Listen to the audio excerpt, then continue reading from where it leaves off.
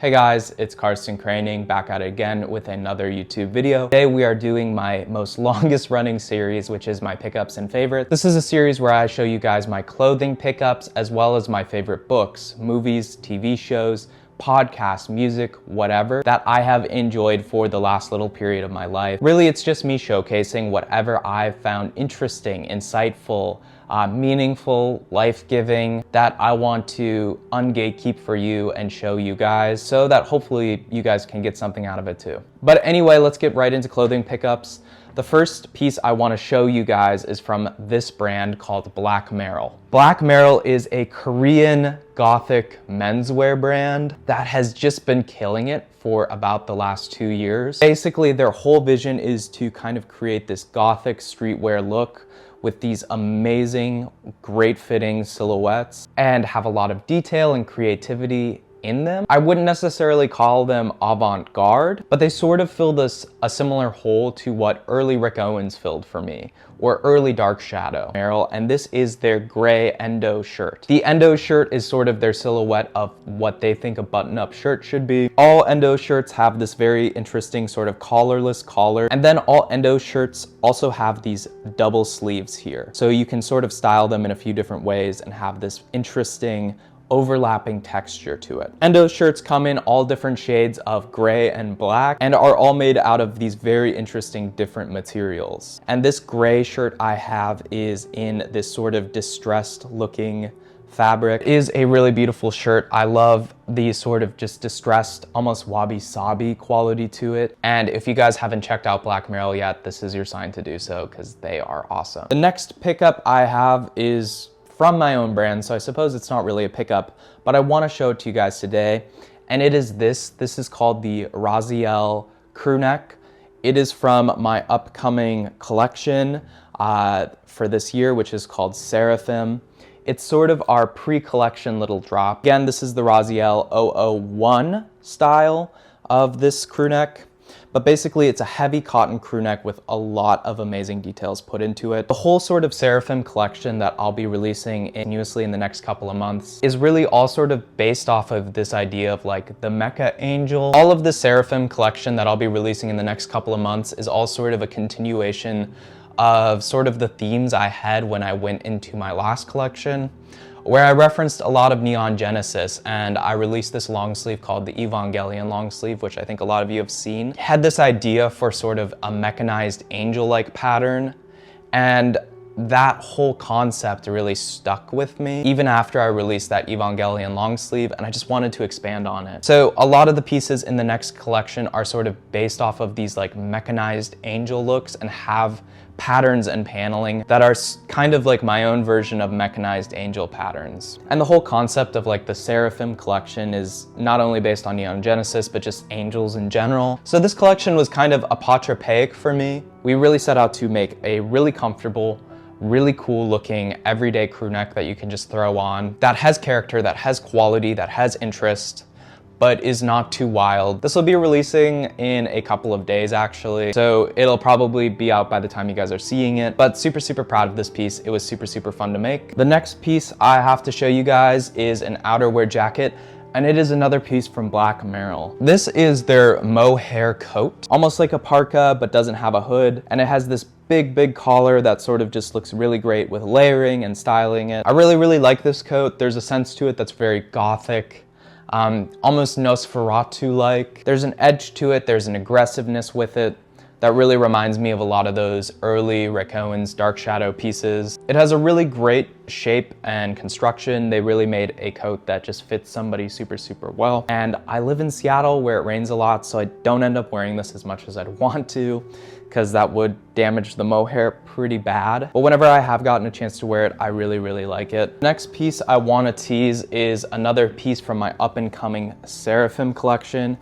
and it is this parka. This won't be coming out right away, unlike the Raziel 001 crewneck. Parka, based off of the NB2 bomber jacket or the NBT cold weather jacket, is an old military jacket that is known for sort of having this specific hood. This hood was known for sort of keeping warm in Arctic temperatures. It certainly is an iconic jacket, and has been referenced by the likes of Amiri, Dolce & Gabbana, and of course Rick Owens. The hood is just super iconic, and everyone has sort of done their own take on it. And for making a parka, I wanted to sort of incorporate that, what I love about the hood. And so what we ended up doing is sort of taking some of the elements of the NB2 bomber jacket and the hood and combining them with some of my favorite parkas to make this sort of strange hybrid between the NB2 bomber and some of like these duck hunting parkas that my dad used to wear. There are so many cool details in this jacket.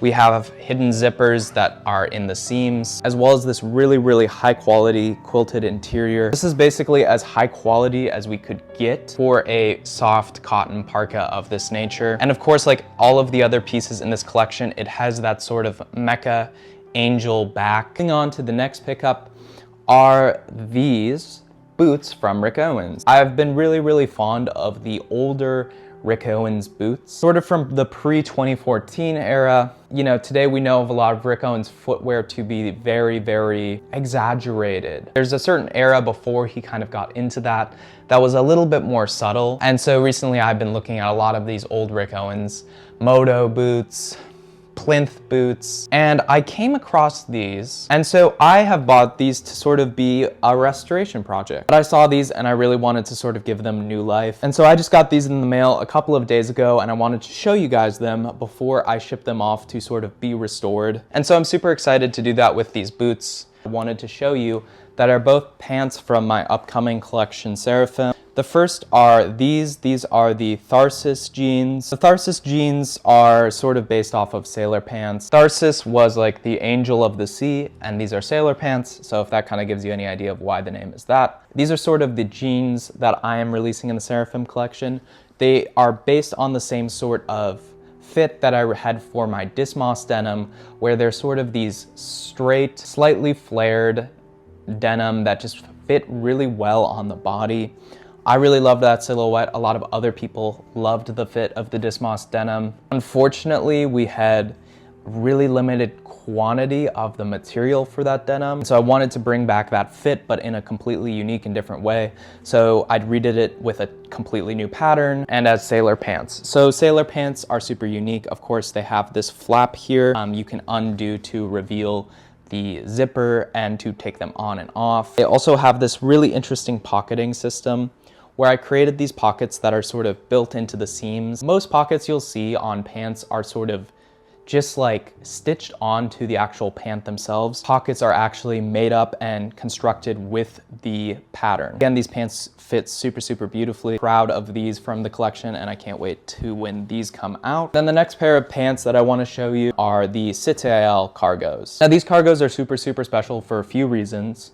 One is they have a really uniquely shaped cargo pocket that the sort of flap is based off of a holster. It also has a hidden little pocket towards the ankle, having back pockets sewn into the fabric, where the pockets are sewn sort of into the pattern and have these flaps that cover them and create this really beautiful, unique shape that I love. Hopefully releasing soon with the rest of the collection. The whole Seraphim collection I've been working on for almost a year at this point. One little accessory as we keep going that I got is this little wool hat I got from Rick Owens. This is from the Lido collection. It's pretty recent, but Rick always creates these wool beanies every collection, whether he releases them under Dark Shadow or his main line. This hat sort of has like a jellyfish look to it, in my opinion, but I've always wanted one of these nice high quality wool hats from Rick Owens, and so this last season when it went on sale on Essence, I picked one up. A couple of t-shirts I wanted to show you guys, some vintage, some less vintage,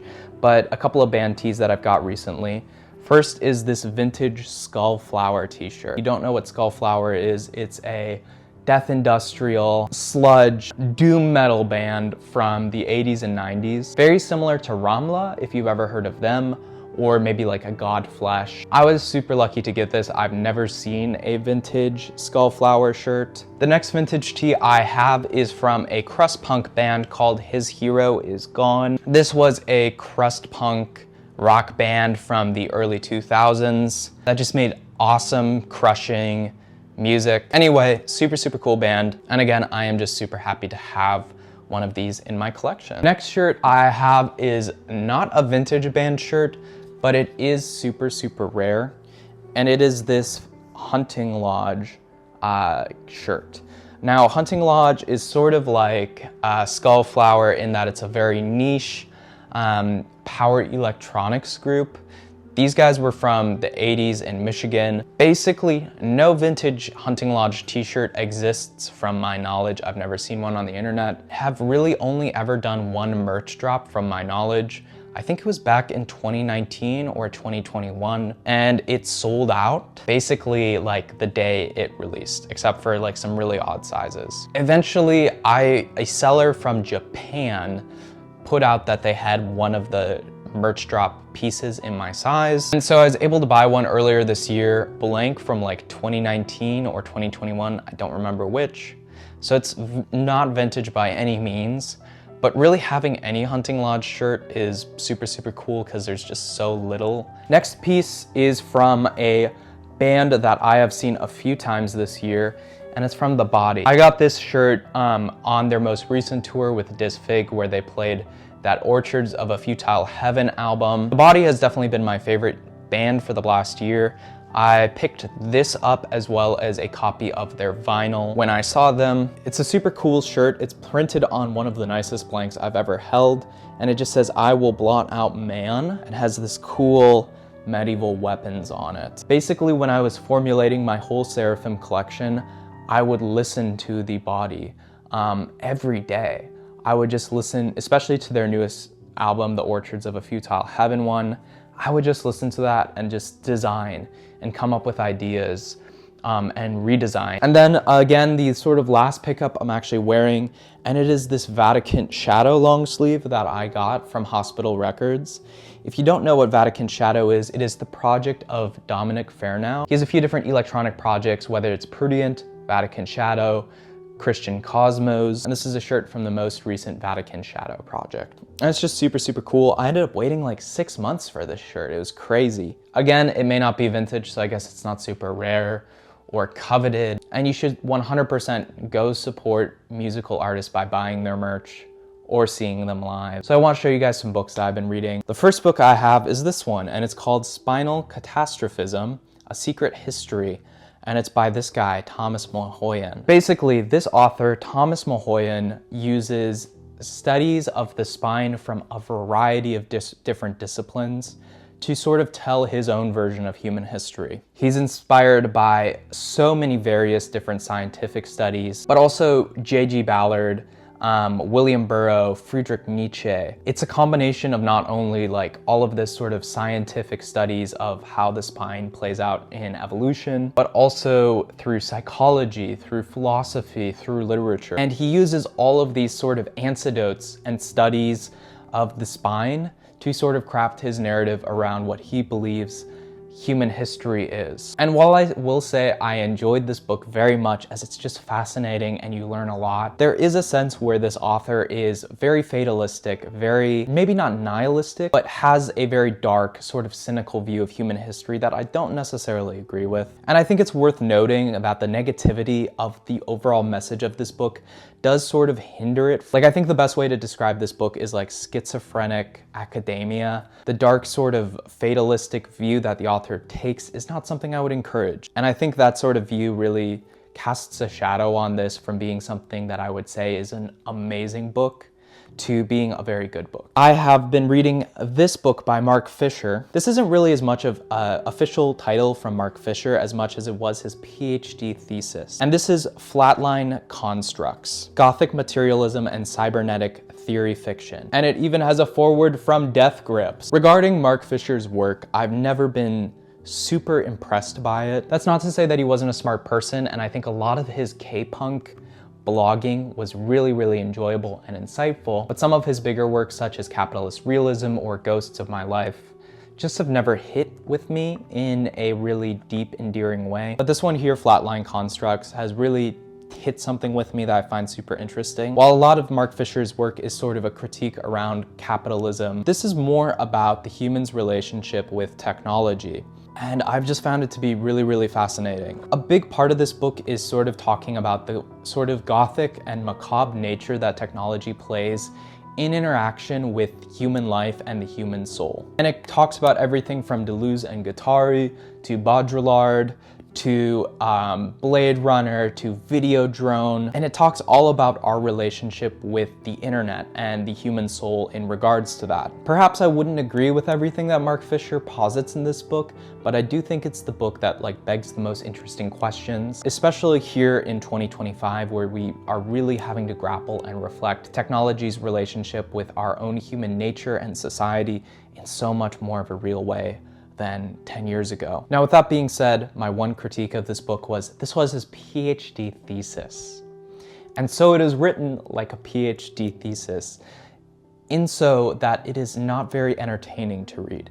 It's kind of a beast, and while it is super fascinating, and if you have sort of the background to be able to engage with it, I think you would really enjoy it, and I think it's a really cool, almost guide to the internet in relation to your soul. But if you aren't someone who has read a lot of contemporary continental philosophy, it is going to be challenging, and it is written like a PhD paper, so not a lot of love put into that writing. The next book I think I would recommend to just about everybody because it's super easy to read, it's super pleasing, and unlike the last two books, which are a tad bit fatalistic or kind of nightmarish in a sense, this is not. This is awesome, this is positive, this is just an amazing book, and it's Gravity and Grace by Simone Weil. Simone Weil was a early 20th century French philosopher, mystic, and women's rights activist. And this is a collection of her writings around sort of religious philosophy and well-being. And it's just really an amazing book that I've kind of come back to here and there. It's what I would refer to as just very positive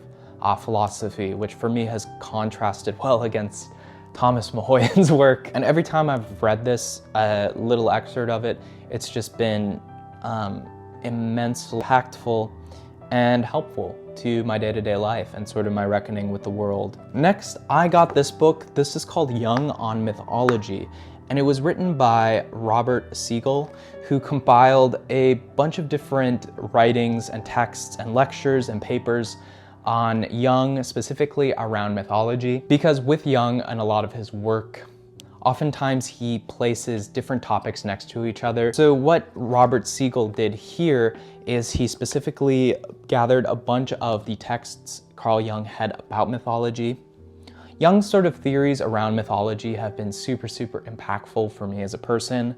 Jung is one of my favorite authors. I've learned a lot of meditative practices from Jung that have really skyrocketed my own creativity. And I love how Jung approaches mythology and sort of archetypes and what the importance of mythology is in regards to the human psychological condition. And then as far as movies go, I have not seen a lot. One of the movies I did want to talk about was Lost Highway by David Lynch. Now, me personally, I watched a lot of David Lynch's movies when I was much, much younger, probably when I was around 17 or 18. And I may have been just a little too young to understand it at the time. But since David Lynch's passing, like a lot of people, I ended up going back and watching all of his films again. Lost Highway is an amazing film, and I think it's my favorite of his LA trilogy. It's just a masterclass in surrealism, supernatural forces that are incorporated with the camera, and that figure who is inside the home and isn't inside the home. The idea of unveiling the secrets that are within the subconscious and unveiling truth that's hidden within the subconscious, all in sort of the seedy underbelly of Los Angeles. Obviously, everyone sort of has a big take on David Lynch since he passed away, but I'm gonna try to spare you guys of that and just recommend Lost Highway to rewatch it if you haven't. Edition for a movie is Sleep Has Her House, which is an avant-garde film that takes place in the Pacific Northwest. And it's all these beautiful looming shots of nature.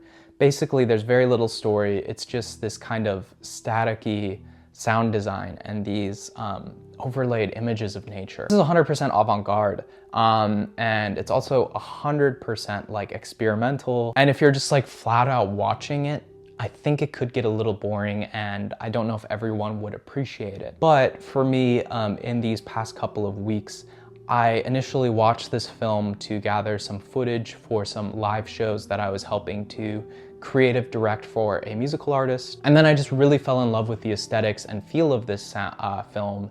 And so what I've been doing is I've been putting it up on my TV or computer and just kind of like letting it be in the background while I work, just because I found the aesthetics and sort of the vibe or atmosphere that it created to be something that I felt connected to and really continued to inspire me. Okay guys, that's really all I have to show you. I'm on my way to an Orchid concert that I'm late for.